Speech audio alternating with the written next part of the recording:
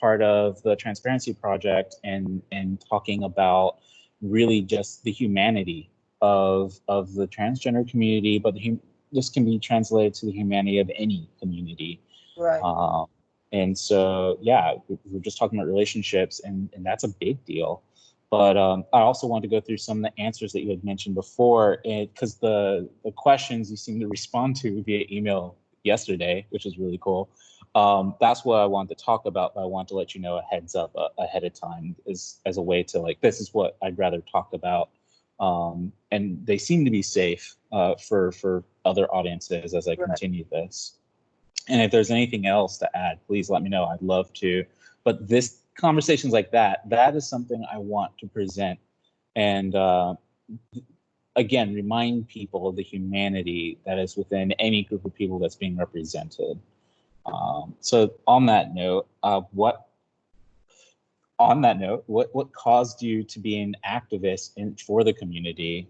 And it seemed like you had quite a story for that, from being homeless and then being one of the LGBT elders, which I'd like to know more of, because I assume that just means these are the folk that have been in the community for the longest.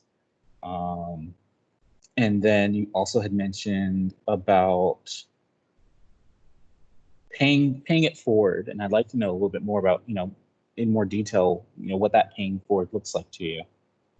Well, before technology did a big boom on us, I was that baby that didn't have that technology. I was born in the '60s, and when I realized my life was a little different, I was raised in the '60s and predominantly suburban New Jersey. Um, my mother will tell you I'm not a black child. There's stories behind that too, but most of my exposure has been the Caucasian community because of the people that I was raised with, born with, and my family. And a lot of my family is Caucasian as well. So um, that has been my exposure to the Latin and the Italian community, the Caucasian community. So that has been my exposure. And being raised in suburban New Jersey, you know, it's like being raised in, I don't know, one of the wealthiest towns like Wake Forest, North Carolina, you know? So Mm, I was raised in suburbia in a very nice area. I had the finest things in life. I will never deny that. I was spoiled. I was spoiled. I was not from Newark, New Jersey, not from the Bronx. I was spoiled, and I ended up going and getting involved into all the arts, acting and modeling. That was something my mother got me involved in at the age of 5. Okay. okay. It was to keep me from going to Newark because I had family that lived in Newark, East Orange, Brooklyn, and the Bronx. It was to keep me from going in that direction of getting caught up in a lot of crime or drugs or anything like that. So she kept me involved with that, and I got involved in it. And as I got involved with the arts, as I began to mature in my teens, I was exposed to a lot of gay individuals, bisexual individuals, the whole world. And so as I began to be more exposed to it, I realized within art, I can be who I want to be. At any time, I can be just me because people in the arts are just themselves. And I began to Gosh. I began to realize my tomboy side. I enjoyed wearing masculine clothes. I enjoyed feeling boyish, but I didn't know what that was. And about that time, my mom realized something was different. And I was leaving the house and going to New York. And at the age 15, 16, I was in the streets hanging out, doing my thing. And mother says, "Hey, you going to live under my roof or you going to go out back to the streets?" And she used to say, "Go back to where you came from." Okay, well, I'll stay there. I knew I couldn't come back home at 12 o'clock at night because she had the doors locked. I'm just saying. She said she finally decided, okay, I got to board the doors up because I was so skinny back then, I could climb through windows. So it got to Mm, a point where she was tired of it and she started locking me out, started putting heavy furniture against the windows because her windows used to go not up, but they used to fall in. So you could, hmm. like so the air would come up like this. So I used to climb Oh, up. Yeah, I used to yeah. climb up and not hit the glass because you were shattering. I was so skinny. I was only 100 pounds, maybe 98 pounds and skinny. I'm not that size Wow. now. So I would climb in and get into the house, go upstairs, go to my bed. And she realized this little individual, this little sucker here, okay, I got this. So she started boarding up the doors and putting extra locks or changing the locks of the doors, everything. So I couldn't get in at night. So after a while, she finally said, I don't, you can't stay here. I don't want this anymore. If this is what you want to do, you don't come back here. And I said, okay, fine. I said, Hmm. okay, fine. And then that's when I was working part time at a Dunkin' Donuts, sleeping in the bakers downstairs where the bakers were. So I had a place to lay my head, but that was homelessness. I mean, I worked Hmm. there, I ate there, and um, so I was actually taken to someone's home and told to stay there for a while until I could graduate school. And this was someone that was twice my age that I stayed Wow. with. But in those days, people were proud. So you didn't make it known that this is what was going on. I can imagine that even back in those days, I would imagine there was no net. Like, There wasn't. yeah, people were proud, but at the same time, there was also no safety. So you Right, kind of had to figure it out. right. And so this individual was older and it was in the arts. And she was a bisexual woman. And yes, there was some little something going on there in that day.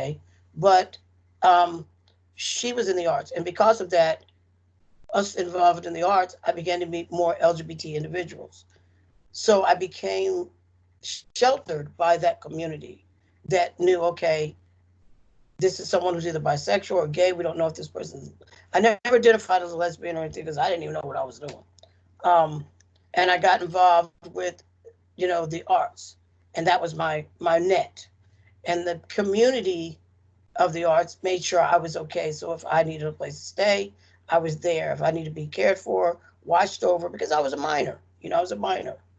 Um, and this woman wanted to make sure that if I wasn't in Jersey, I was in New York doing what I had to do. I had shelter there.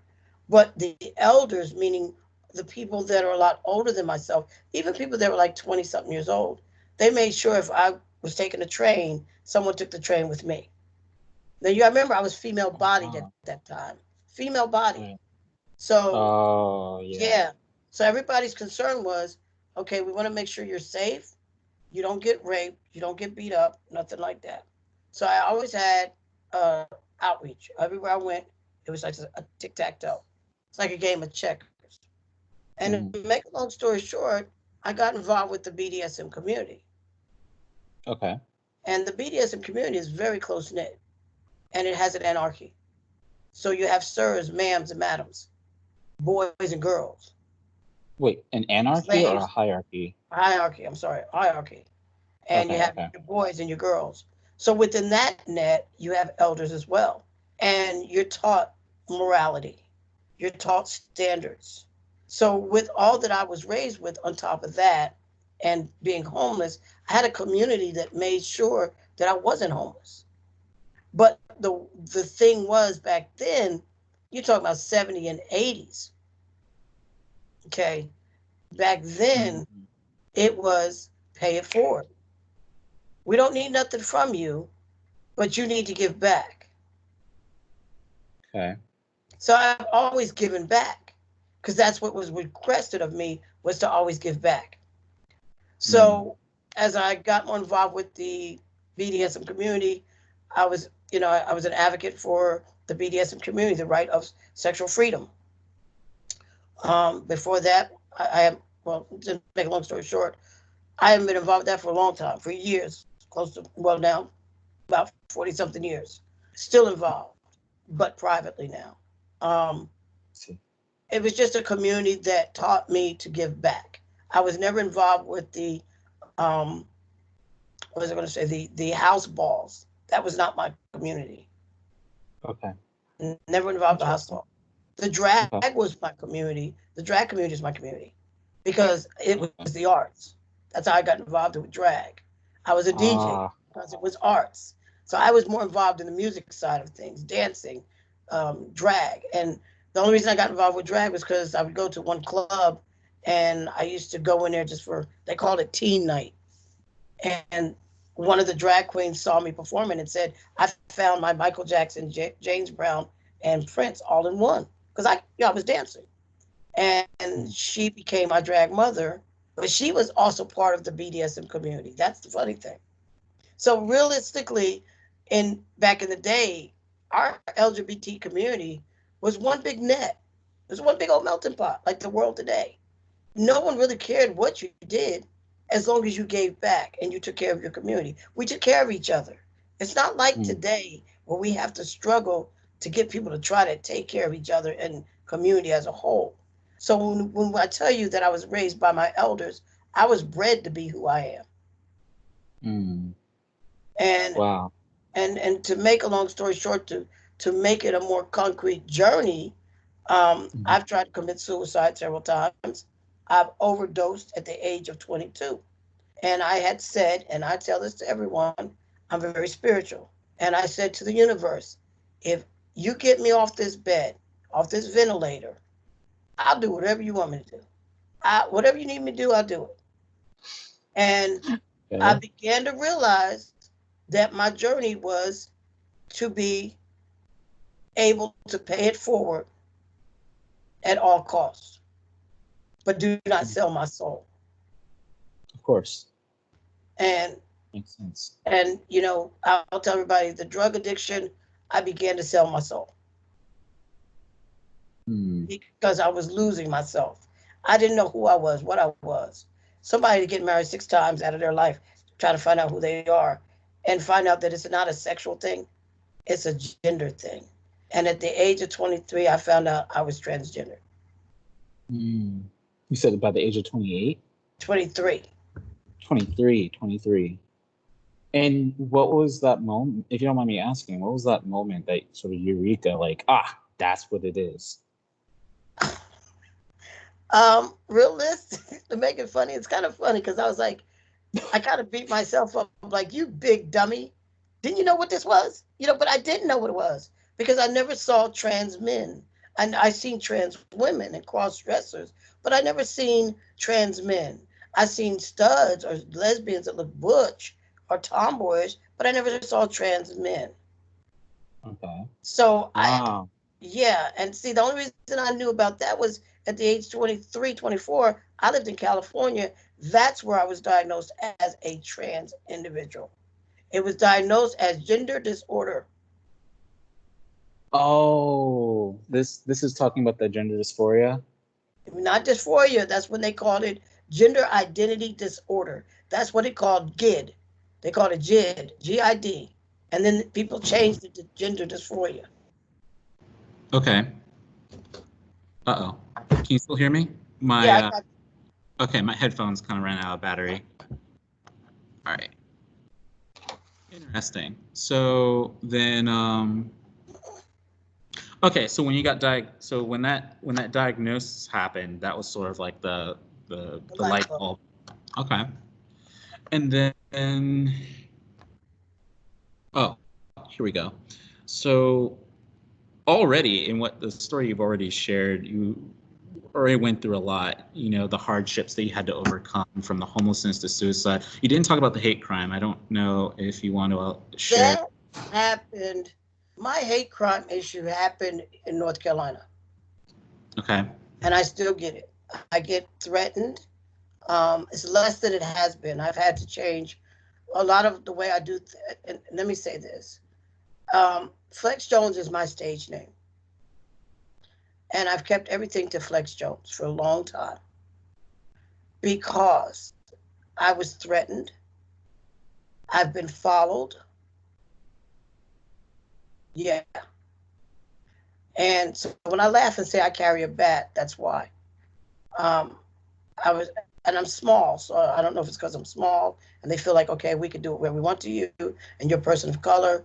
And because I have been part of the Tar Heel Leather Club, which is a BDSM community, it's a pansexual organization. It's a leather club organization. Um, we were against Jesse Helms back in the day. Fight Jesse Jesse. Helms. Jesse Helms was our governor. I think it was governor. He was really against LGBT rights. I see.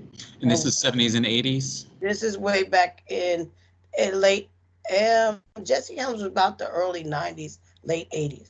Okay, so Pride was probably more or less probably like fifth, sixth annual kind of deal. Pride in North Carolina didn't start until 99. Wow. The first Pride in North Carolina was Greensboro. Huh, that's interesting. I helped coordinate it. And no, Winston, then Greensboro, and then it went to Raleigh Durham with John Short, which I was on the board on that. Okay, I can So I was totally very see. involved with the LGBT community. At that time, we didn't have many advocates in North Carolina. Between the 8 year of, I say we've evolved larger with advocates maybe in 2005. But from there, we didn't have many. You would see myself and Janet Covington and many others that were present, and leather clubs that stepped in. They took care of the community.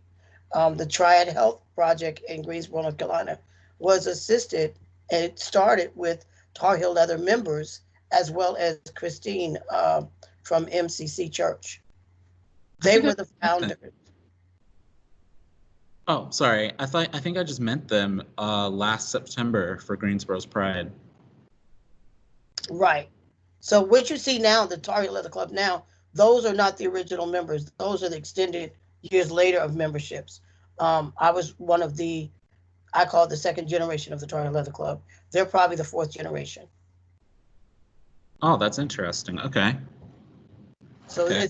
it's evolved as time went on. A lot of the founding members are no longer living. Some are ill, some are deceased, and some of us are still here, but we're just not as active with the organization.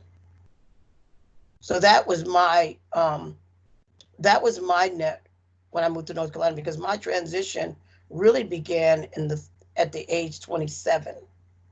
I moved here at 27, 28.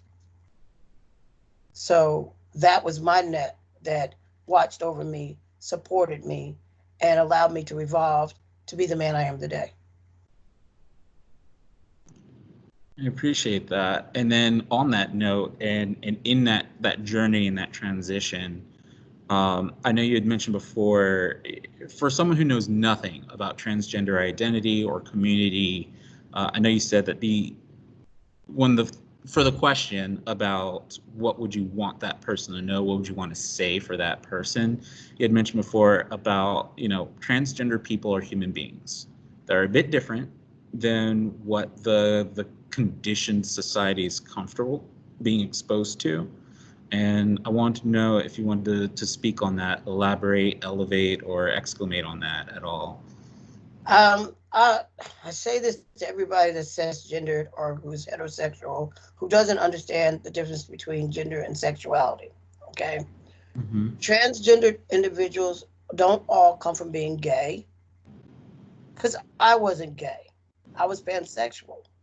So I didn't come from being a lesbian to being a trans man. And not all trans women come from being gay men to being trans women. So we have to make sure that we educate society as well of what the reality of who we are. We're not freaks, we're just different. We're Right. just different. And if people can learn to accept difference, then we're going to be okay. I did say something about that as well. But we have to first learn to accept difference. You don't have, I tell everybody, you don't have to agree with me. I don't care if you don't agree with me for all your life. But if you can learn to accept the difference between me and you, then you'll learn to understand me better than you thought you did. Interesting. Because once you learn to understand me internally, you did accept me because you listened to me and you learned a little bit about me. Right. No, that makes total sense. And lately I've been thinking about this idea about the phrase "all is one and one is all," and especially with us with this project and focusing on social issues, I keep being pulled back and forth between that. Specifically, this idea about we're more alike than we are different.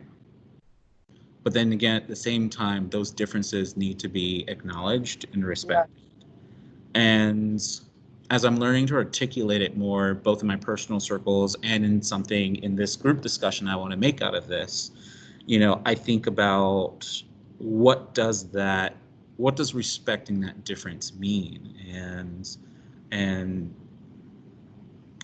how do we maintain this idea that we are one, so to speak, while still maintaining our individuality one, if that makes any sense. So, here we go. The next question was more so about North Carolinians in the same vein of that, for people who want to be allies, for those who are allies, how can North Carolinians be better allies, be better neighbors? Well, I give you a prime example. I live in a condo complex, and my neighbors, I don't know if they know I'm trans or not, but if you see me for who I am, and not all trans people are what they call passable, I'll say that, but don't, how can I say it? The best way to be an ally is to learn to learn to listen, and ask questions. You're not offending me or anyone if you come to us and ask a question and ask, how can I accommodate? The whole thing is, how can I accommodate you? Because with our transition, many of us we're dodging society because we're frightened. We really are frightened by what may come from society. Like I talked about homelessness. Somebody could turn and say, we don't want him here. We don't want him in this condo building. I could be homeless.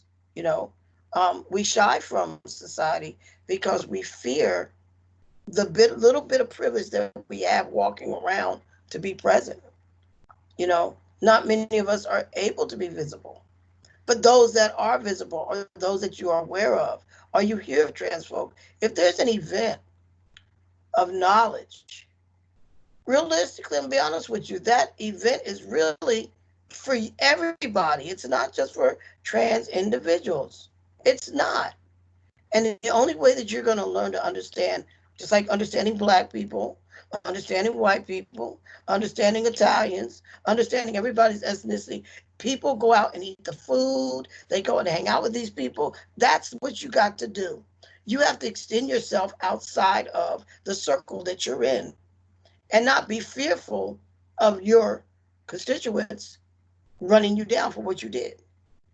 Be willing enough to extend yourself to learn, to go, listen, be around us more.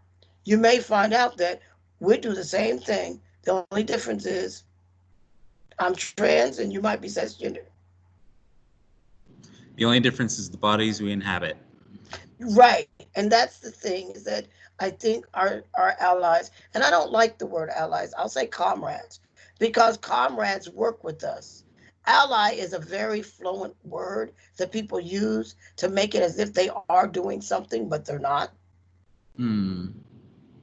It's interesting you say that. I have a sister-in-law. We've had brief discussions about that. She doesn't like the word ally either because it's for the same reasons. It's kind of like a stamp of approval, something you share with your friends at the next cocktail. Yeah, it's like somebody saying, I eat soul food.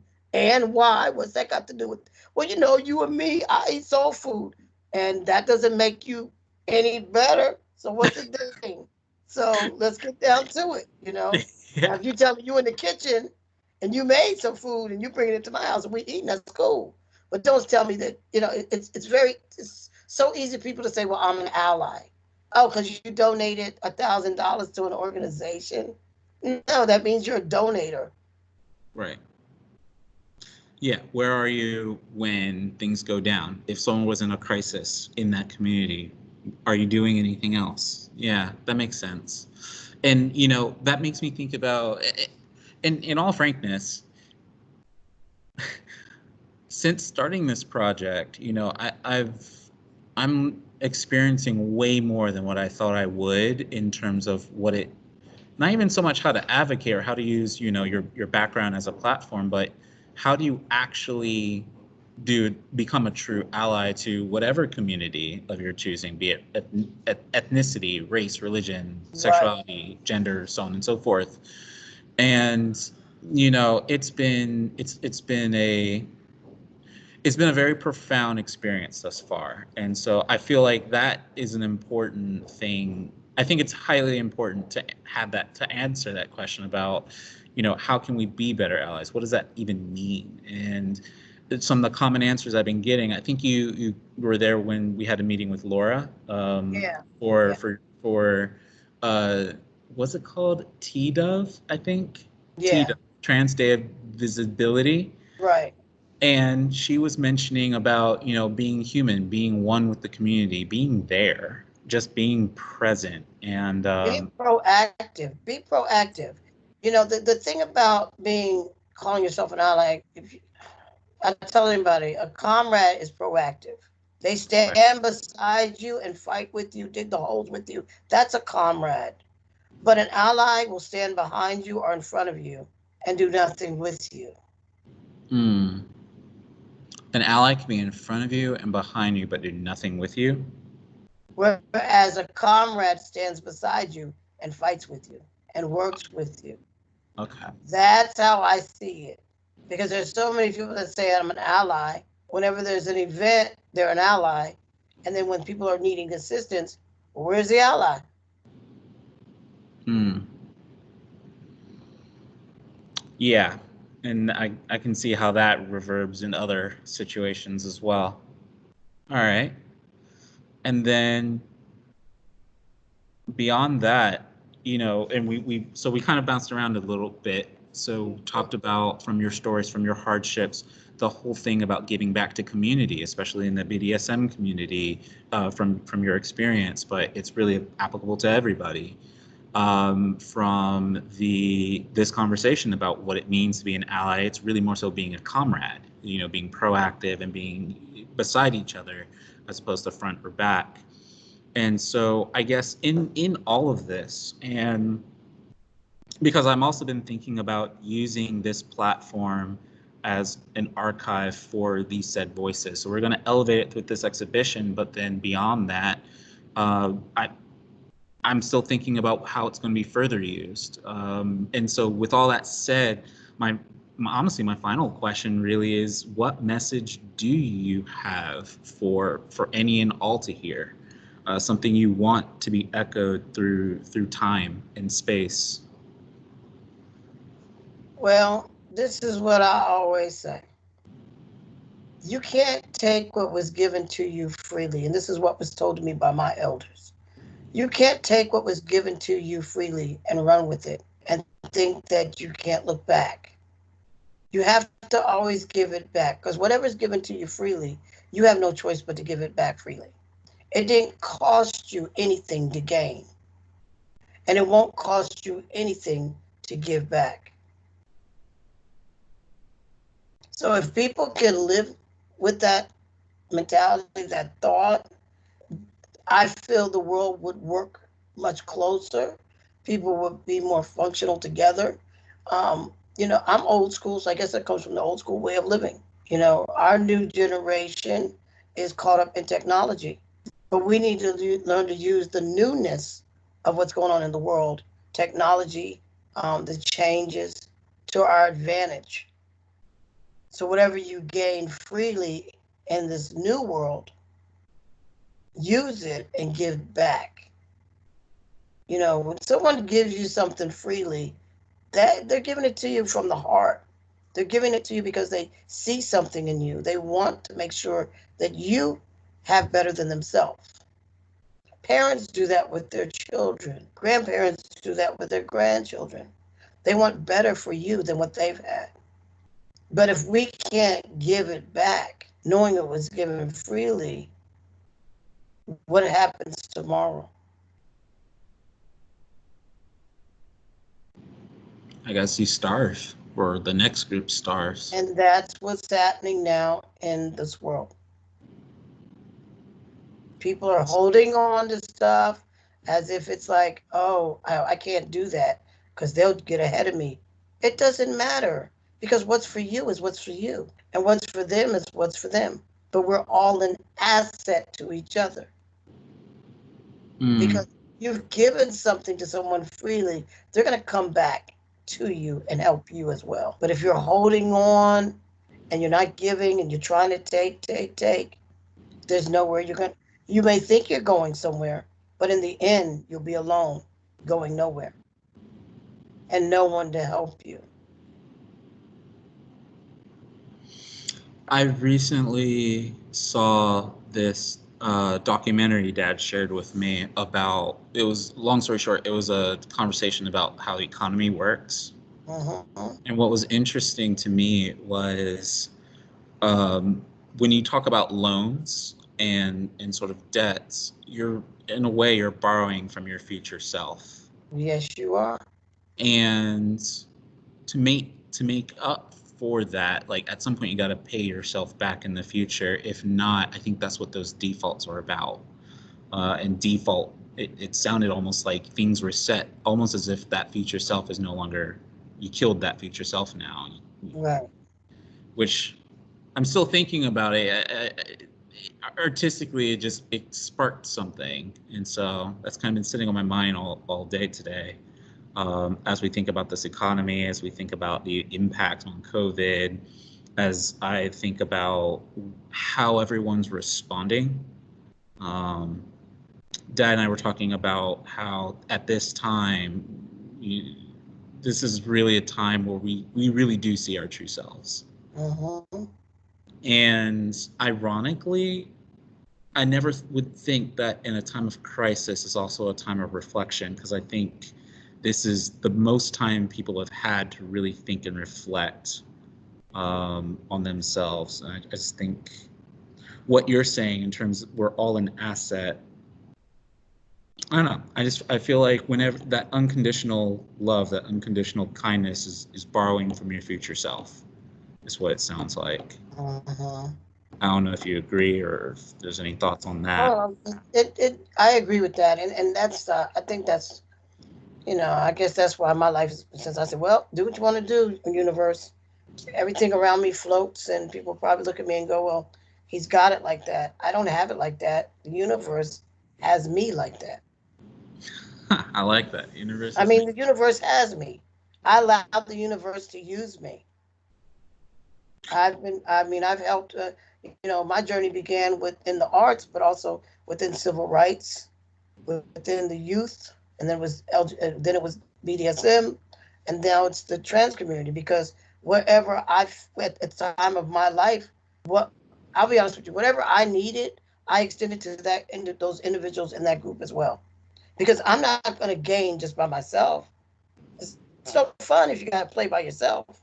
So, with me being trans, I mean, I'm right now I'm an advocate for the trans community, but I was an advocate for the trans community when I was a drag king. Still a drag king, starting in drag. When I was finding out myself as an actor performer, I was still finding myself in that. But as I grew older and realized the importance of what was important for me at this time in my life, it was my transition. So now I put all that energy in that. But it's really for me, but also others to gain from it. So I can't, the doctors I found in North Carolina way back in the 90s when nobody had doctors, the medical care that I got that no one else was getting, I could have kept that to myself. I could have told the doctors nothing. I could have never mentioned to them that they might want to extend themselves. I didn't have to go there. Fighting for the rights of LGBT community in North Carolina, I didn't have to do that. I didn't have to help with establishing pride organizations throughout the state. I didn't have to do that. I didn't have to go to the Secretary of State and talk to them about the bathroom law. I didn't have to do that, but I did. Okay. Formally, I'm done with the questions, but that just opened up a whole lot more for whatever you're willing to share, of Yeah. course. Wow. But anyway, finishing. So that a lot of things that I do, yeah, I do it for me, for my comfort, but I want others to live in comfort. Because if I was to die today or tomorrow, Who would have achieved? What did anybody gain from that? Mm. That would have been a selfish gain. It would have been a selfish gain, and still people would still be struggling. Look at civil rights. People fight for civil rights every day. To this day, we just had a young man that was shot down in Georgia, but they are fighting for that to this day. But do you know we could have had more lynchings today had not we fought for our rights today and tomorrow. Hmm. I So think yeah, I understand. you understand what I'm saying? I think so. Because during civil rights, we fought for the right to be who we are. We fought against those lynchings. We fought against those killings. We fought. Okay. But yes, there's a lot of that still going on. There's more people of color. There's more people on this earth. There's more Americans here. Had we not fought, this would have continued.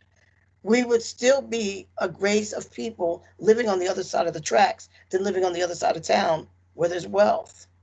Probably still considered 3/5 of a person. Right. So this is why I'm saying it wasn't for me to gain for self. I'm gaining it for myself. It would have died with me. And anything that I do, it may not be enough, but at least it's a little bit added to what everybody else is doing. That's why I said we're an asset to each other. You know, we have individuals throughout the state that work within the trans community, and they're doing things, and we're doing things. And with Fifth Avenue Alliance, my organization, it does things. You met Jamal Anderson from Nested Beats and Staff Path. He's doing things. Your organization, everybody's climbing together. And when it's done, it's going to be this, like I said before, it's going to be this big ball. It's going to be a big ball. But if we were to be little nuclear spots doing it, there would be no effect to it. So for me to gain and die with it, it was a waste. I might as well not even fight for my rights. I might as well just say, forget it.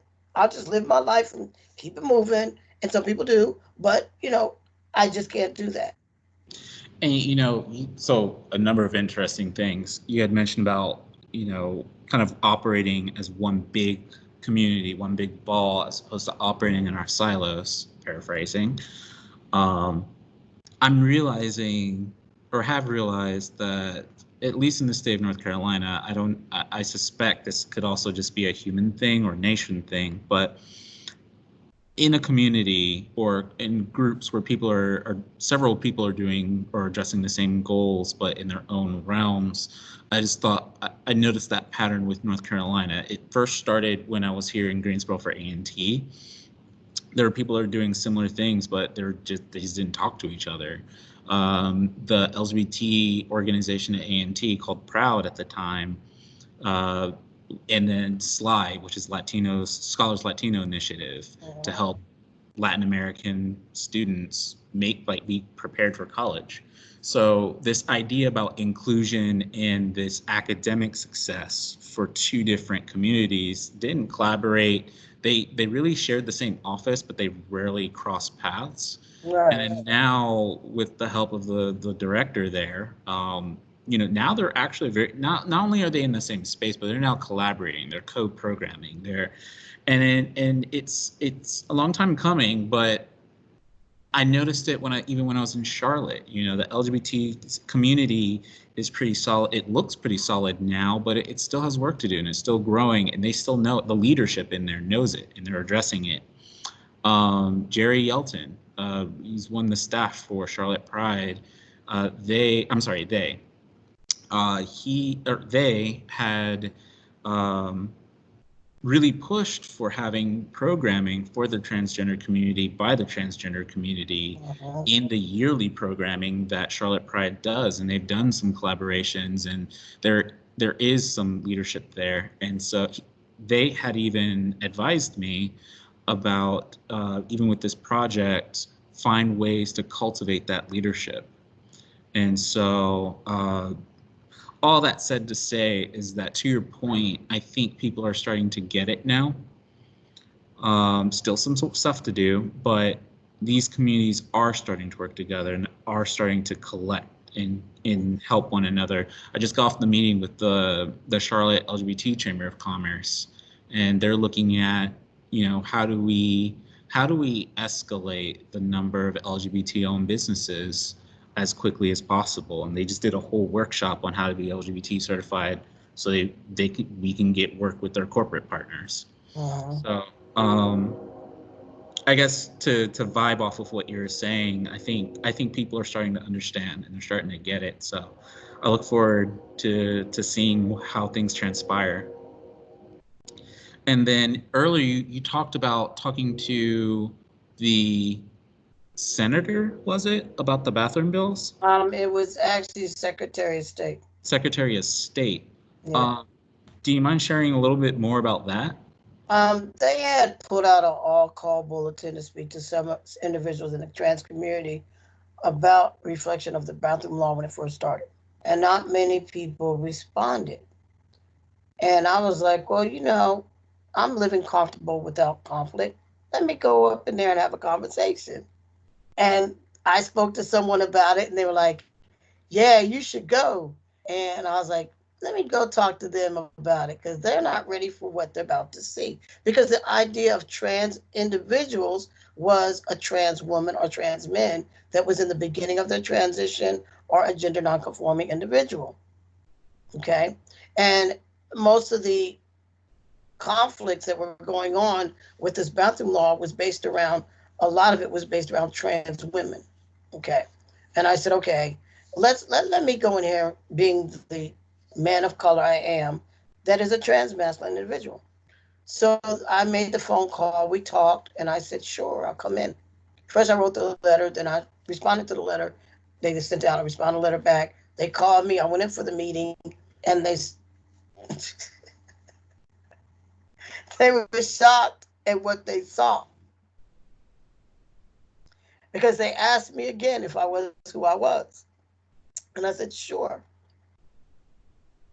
So as we spoke, I let them understand that this affects everyone across the board, including people of color, including those that are on the low income level, including those that are women, female bodied. And I went down the line and I said, I come from all of that. And it affects me from here, here, here, here. And the reason we're fighting this is because it affects all of us, not just trans people. And as I began to talk to them, I explained to them, what would it look like for me to go into a women's restroom as a man of color? And they looked at me and they just kind of smiled, the little smile, they do that smile. Yeah, I see. No, you don't see. So I broke it down. I did the flex attitude. Everybody's mad. I just broke it down and I went there and I said, it would not look good to be called upon as a black man in a woman's bathroom, because my transition wouldn't even be part of the conversation. Yeah. I said there are many of us walking around comfortable without conflict, aka passing. How would it look if we were in a women's bathroom using the women's bathroom? And they looked at me and said, we never thought of that. I said, no, everyone's thinking about trans women, but you're not thinking about the trans men. And if you continue thinking along these lines, I argue, it starts going some really uncomfortable places, because to your point, the people that do pass, I got to find that alternative word. A friend of mine had mentioned comfortable. The alternative way of saying is individuals living comfortable without conflict. Comfortable without conflict? Because those that AKA don't pass, there's some that AKA don't pass that live comfortable without conflict, don't have conflict in their journey, because they live with presence, they live with pride, they don't have any shame. I'm not saying we're a shameful community, but they know who they are and they don't care about what you have to say. They know this is their journey, not yours. And they're not going to let anybody value them or determine their value solely by you. Right. Or they know their self-worth. They know who they are. They don't need validation from anyone. And these are the individuals that live comfortable without conflict. I There are see. advocates that are living comfortable without conflict, but you look at them and say, well, um, it looks like a man. But when you speak to this person and you learn more about this person, you find out that's a trans person. Mm, There's no man or woman to it. It's a trans individual. right. And that's why I say trans individual a lot. And that's really interesting. When I first started this, a friend of mine, Coco Gabby Chanel, had talked about the idea of trans, not necessarily transitioning from one sex to another, but some people stay within the spectrum. And I thought that was very interesting, and that kind of opened my mind up to new possibilities. And in some of the research, I came across this doctor from the Midwest who helps with people in their medical transitions, and he had mentioned he had built up an argument about, first of all, sex itself is a spectrum, Uh-huh. in a variety of ways, be it from the chromosome side or by hormonal or even by your phenotype, how Right. your body is developed during over time. And of course, down, of course, to that journal entry, well, the scientific study that confirmed that men and women's brains are wired differently. You can actually Uh-huh. measure it. And so I say all that to say that the idea of transgender, it by its very nature just seems to be, I don't want to say innovative, that might be a bit dramatic, but creative, for lack of better words. In and of itself is creative, but also in learning about it, one of the most profound lessons I learned within it was this ability to say who you are, Uh-huh. and it just is. Right. There's no validation, there's no need to prove. And when I start thinking about previous arguments about, oh, well, we need to go see, and it's like, no, you don't, one. And then two, um, even if you did, like, will that really confirm anything from what you've already concluded? So it's not really even about that. It's about other things, deeper things, other issues that are deep rooted. So then we can start talking about other problems like Right. sexism or toxic masculinity. Like, let's Right. talk about that Right. instead of what's under the blouse or in the pants. Like, that's Right. not. And looping that back, because I kind of went on a rant from to your point. So for individuals that are living comfortably without conflict, to have that policy, if it did pass, now you're endangering them.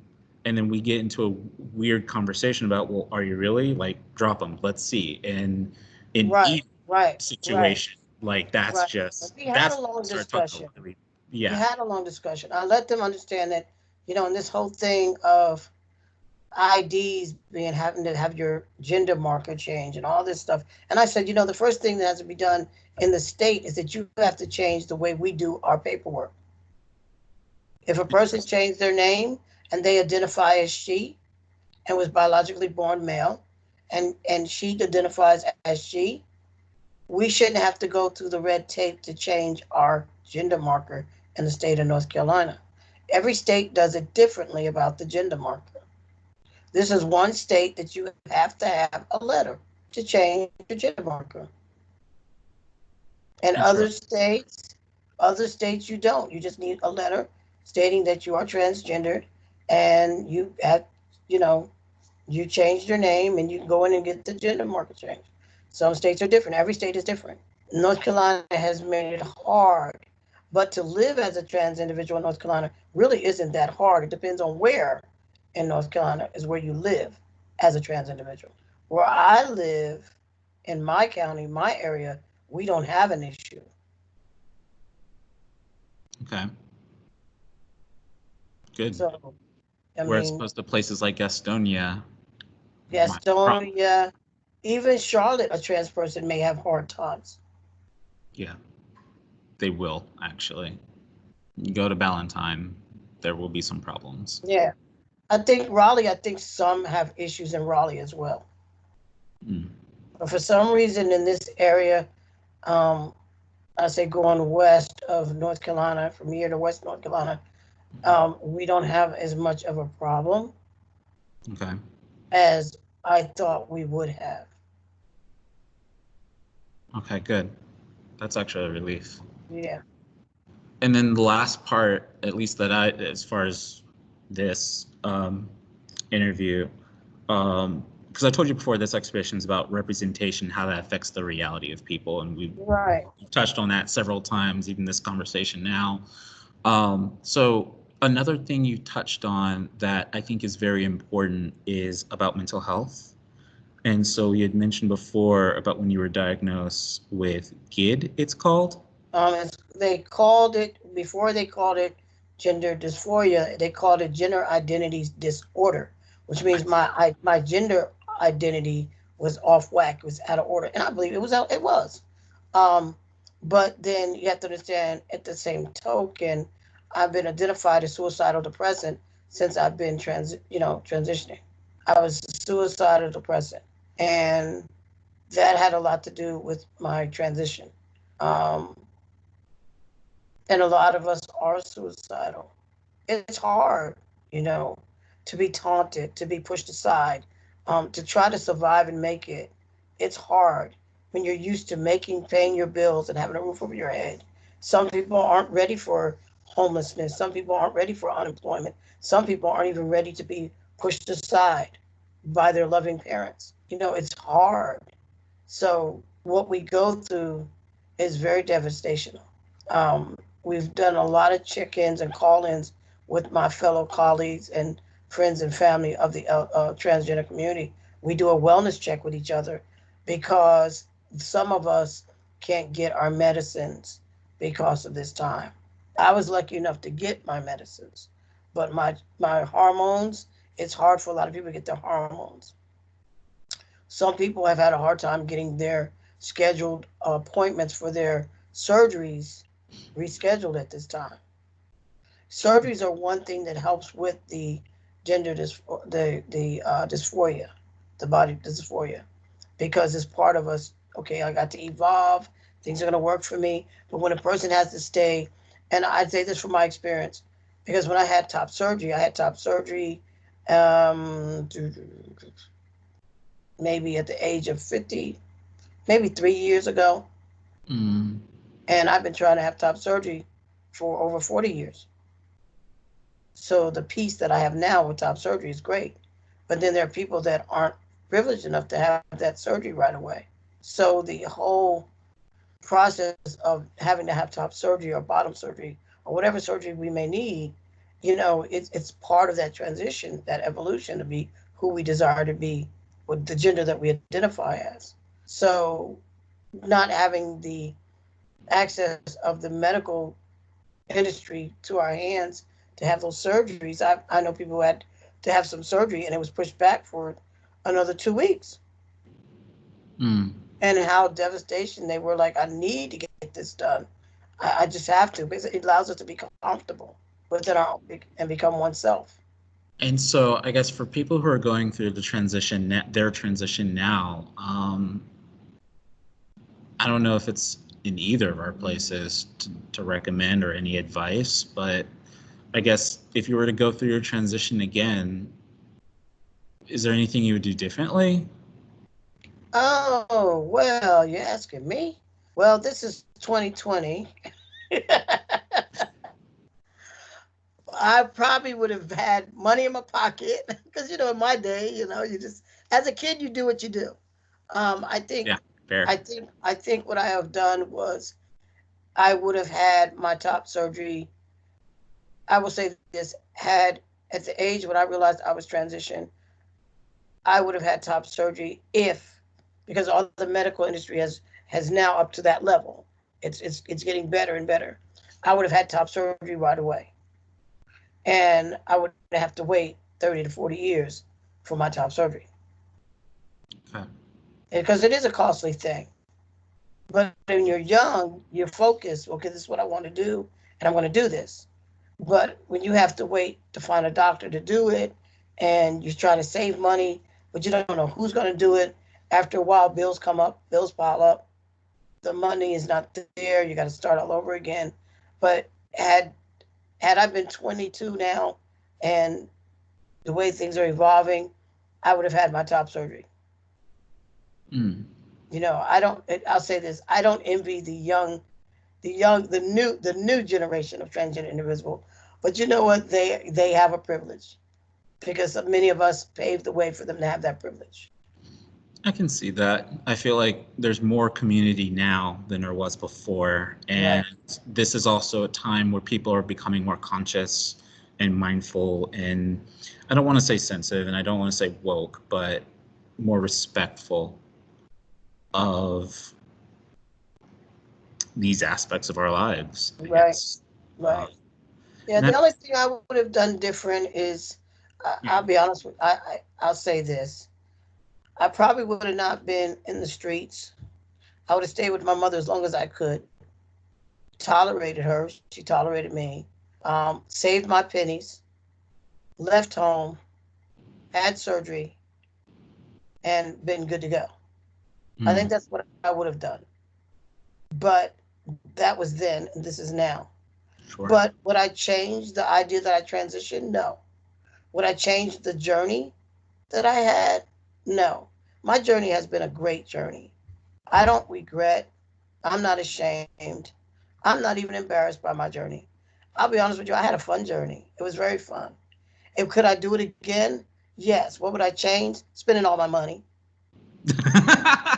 Fair enough. Okay. Fair enough. Spending all my money. But Yeah.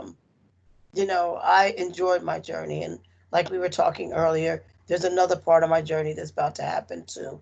And I'm Yeah. looking forward to that journey. I'm And excited for you. that journey, I think others will see I'm at that final. They'll see I have my final.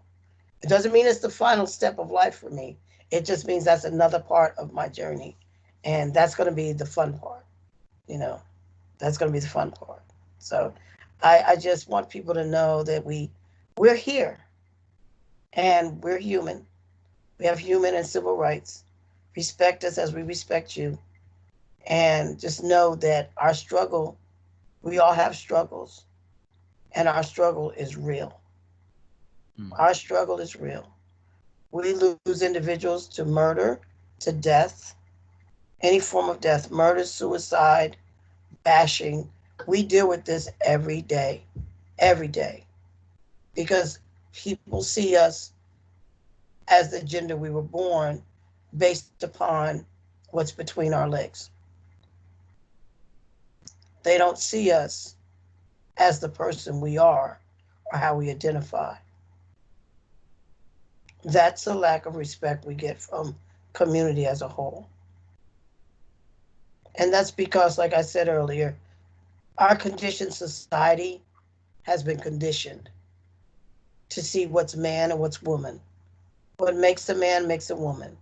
Me personally, what's between your legs doesn't make you a man or woman. Because I'm going to be honest with you, and if anybody sees this and gets mad later, I told my mother this. Adam and Eve were in the garden.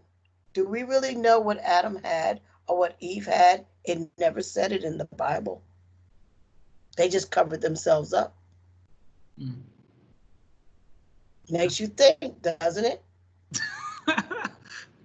Actually, in all fairness, no, it doesn't explicitly say what was there. It just says God made man, God made woman, and even then talks about God as a singular day, which I find hilarious. I Right, remember in right. Atlanta, Just, yeah, just in like, Atlanta just Pride, like, there was someone with a right. sign that Just said like you God might is. see, just like you might see a bearded lady. Okay, so explain that. Eve Oh, could have been a bearded lady. yeah, We don't know. that's I right. never saw a picture of Eve. Nobody gave me any pictures. The only picture I saw was of Moses and Jesus. That's all I know. That's fair. You know I'm right. You know I'm right. You know I'm right. You know I got it. Oh, I love that. I love it. Oh, and that was one. I'm sorry. I said that was one last thing. One other thing is that it sounds like spirituality. You said you're a spiritual person, and spirituality has been a big part of your life. It sounds Oh like. yeah. And I mean, if you don't mind me sharing, like, how's that been for you? in the whole process and journey of coming to your identity of who you are and its relationship with your faith and what you believe in? And I think this is part of the reason why I stay to myself. I'm so in tune with myself and my spirituality that I need nothing else. Okay. From death to suicide to drug addiction to homelessness, I've never had anyone to pull me out. I pulled myself out through faith. And I'm going to tell you how that works. And you're going to laugh. My mom used to always tell me, because she's a very spiritual woman, I was like, Mom, I got to pay rent. Can you help me? I don't know if I can help you, but come to the house. I was like, okay. And I'm thinking she's going to help me. We sit at the table, we eat. After we eat, she says, I want to talk to you. I'm thinking she's going to help me. Okay, there's going to be some pocket change, right? She puts her hands out. Just put your hands out. Pray with me. I said, okay. And as I'm sitting there with my eyes closed, I'm thinking, she's going to give me some money. She puts her hands in my hand and she prays with me. After it's all said and done, I didn't get no money. But what I did get was blessings. I've never had to ask my mother for a dime. Wow. I would ask her, could she help? Could she do this? Could do that? And she's like, sit down. And I'm thinking, maybe she's going to give me $5 today. Maybe so. Maybe she's going to be nice. My mother has never had to give me a dime. Never. Beautiful. So I'm thinking I'm going to get money. You know, people said it was blessings. So I've learned to understand that you have to believe in yourself. And the one thing my father said to me was, you got it. You got it all in your pocket. You got a lot of skill and traits. Use them. You'll never go broke if you use everything you know. You'll never suffer if you use everything you know. And as long as what you're doing is what you enjoy, you'll never suffer. And, you know, I had to learn that as I got older. Because when you're young, you don't hear that. You don't understand it. But when I moved to North Carolina, my life was harder here than it would have been in New Jersey. Because I didn't have the friends and the family that was supportive to my transition. I see. I didn't have family that if I needed a place to stay, I could stay with them. You know, my family in Jersey would have been like, we got a bed, a couch, whatever. But in North Carolina, nothing.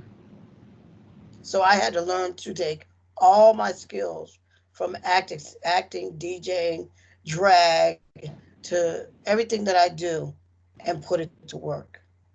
I see.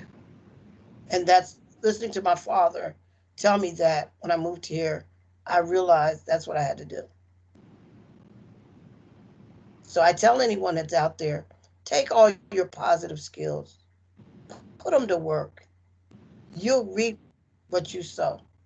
And if you put it to work, you'll be happy that you did it by yourself, because once you do it by yourself, you don't have to look back at someone saying, I did this for you. The most wonderful thing, and I'm going to close with this, the most wonderful thing about my life is no one could say, I did this for you. I could say, I did this for me. And for me, I've gained. But whatever I've gained and don't need, I'll give back to you. Thank you for that. Thank you, sir. I really appreciate that. I really appreciate that. Flex, thank you so very much. One last thing. probably for a formality, because eventually I will have to document this somehow.